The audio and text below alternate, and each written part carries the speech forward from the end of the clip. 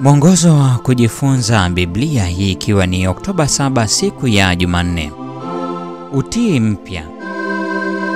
Soma Yoshua sura ya 2 aya 12 hadi 21 na Kutoka 12 ya 13, 22 na 23.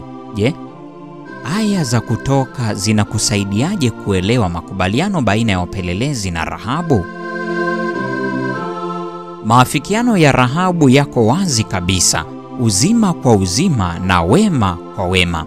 Neno chesed katika Yoshua sura ya 2 ya 12, yaani rehema, lina maana yenye kina ambayo ni vigumu kuielezea kwa neno moja katika lugha zingine.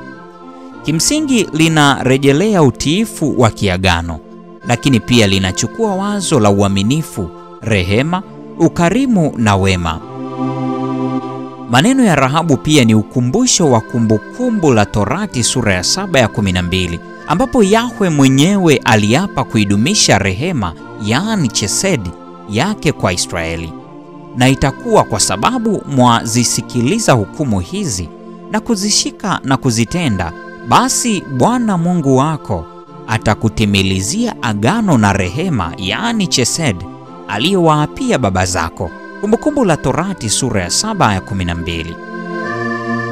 Jambo la kuvutia zaidi, sura hii katika Torati sura ya 7 inazungumzia katazo, yaani cherem, lililowekwa dhidi ya Wakanaani. Sasa hapa tunaye Rahabu, Mkanaani ambaye yuko chini ya katazo, lakini licha ya hivyo anadai, kulingana na imani yake inayochipua, ahadi walizopewa Waisraeli. Matokeo yake mama huyu anaokolewa.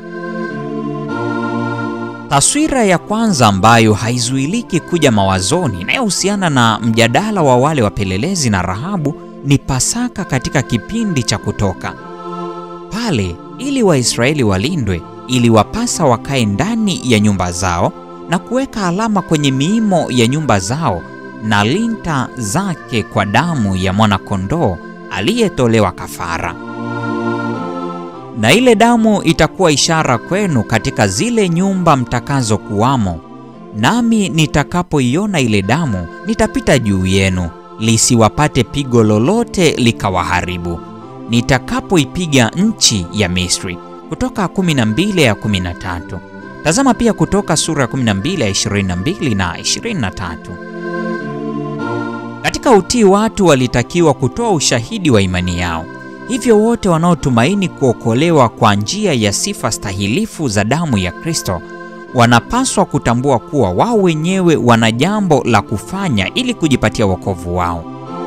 Wakati ambapo ni Kristo pekee awezaye kutukomboa kutoka kwenye adhabu ya uasi, ni lazima tugeuke kutoka dhambi na kuwa watii.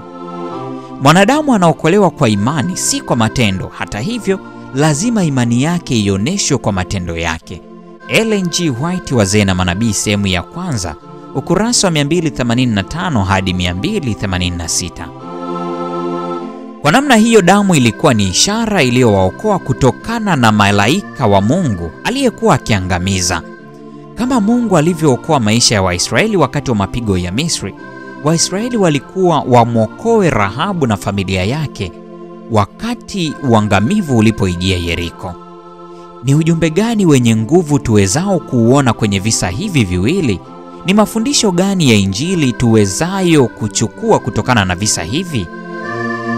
Hii ni siku ya Jumanne, utii mpya.